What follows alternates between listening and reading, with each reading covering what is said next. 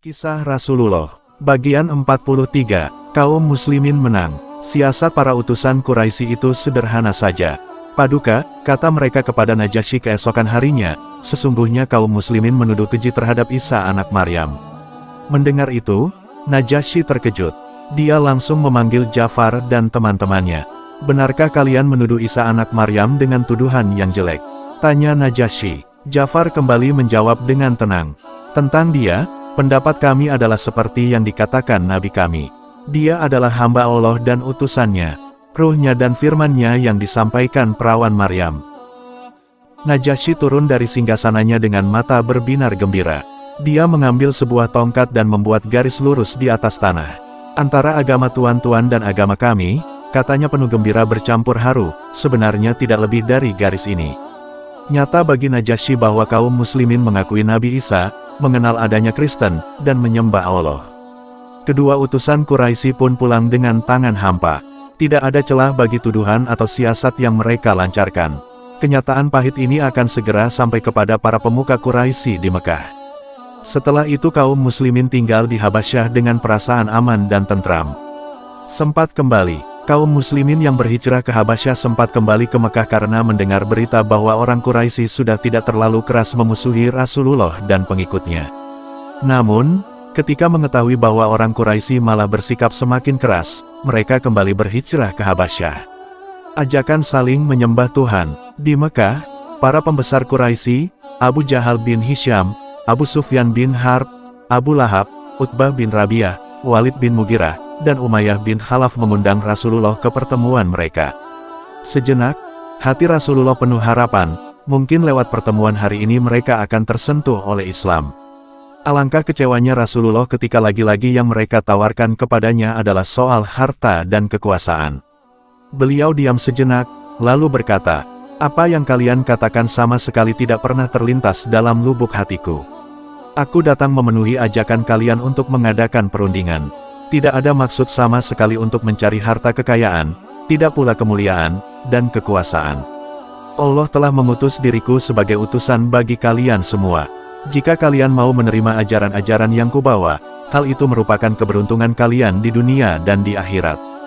Jika kalian semua menolak, aku akan bersabar hingga Allah memutuskan persoalan yang terjadi di antara aku dan kalian." Para pembesar Quraisy itu mengerutkan kening. Lagi-lagi Muhammad bicara tentang Tuhannya.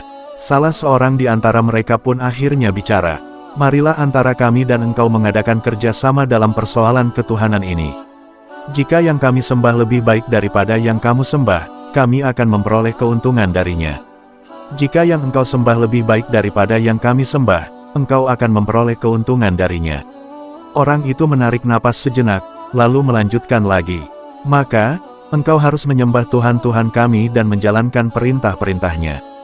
Kami akan menyembah Tuhanmu dan menjalankan perintahnya." Rasulullah tidak menunggu sejenak pun untuk menanggapi. Beliau mengutip sebuah ayat Al-Quran, surah Al-Kafirun.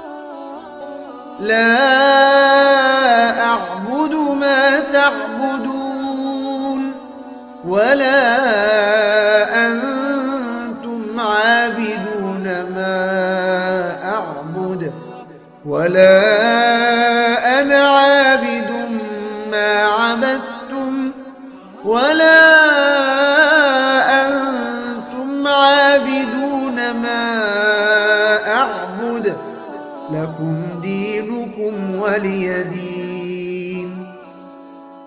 Aku tidak akan menyembah apa yang kamu sembah. Dan kamu bukan penyembah Tuhan yang aku sembah.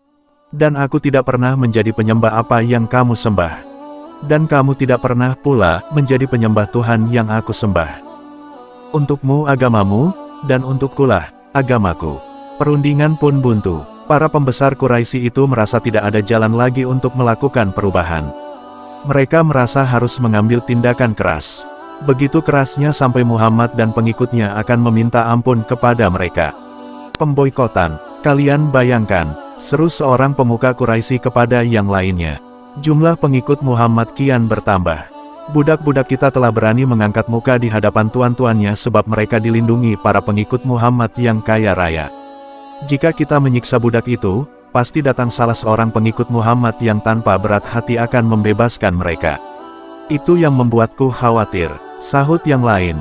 Bayangkan jika jumlah budak yang dibebaskan itu makin banyak dan mereka diberi senjata, kita pasti akan kewalahan menghadapinya. Pembesar yang lain terdiam, mereka mengakui ancaman besar itu.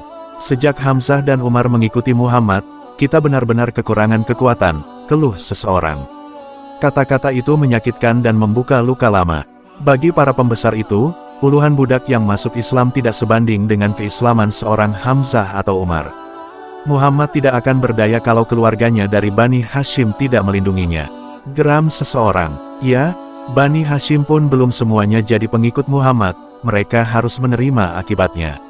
Kita boikot mereka semua, jangan beri mereka kesempatan untuk mencari nafkah. Kita buat mereka semua miskin dan sengsara. Seruan itu disambut ramai oleh para pembesar. Akhirnya, mereka mengeluarkan sebuah pengumuman yang mereka tulis di atas sebuah lembaran. Isinya melarang seluruh manusia menjalin hubungan pernikahan dan jual beli dengan Bani Hashim.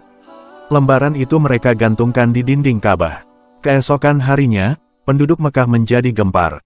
Keputusan ini akan membuat Bani Hashim terkucil, kelaparan dan tertekan. Bersambung.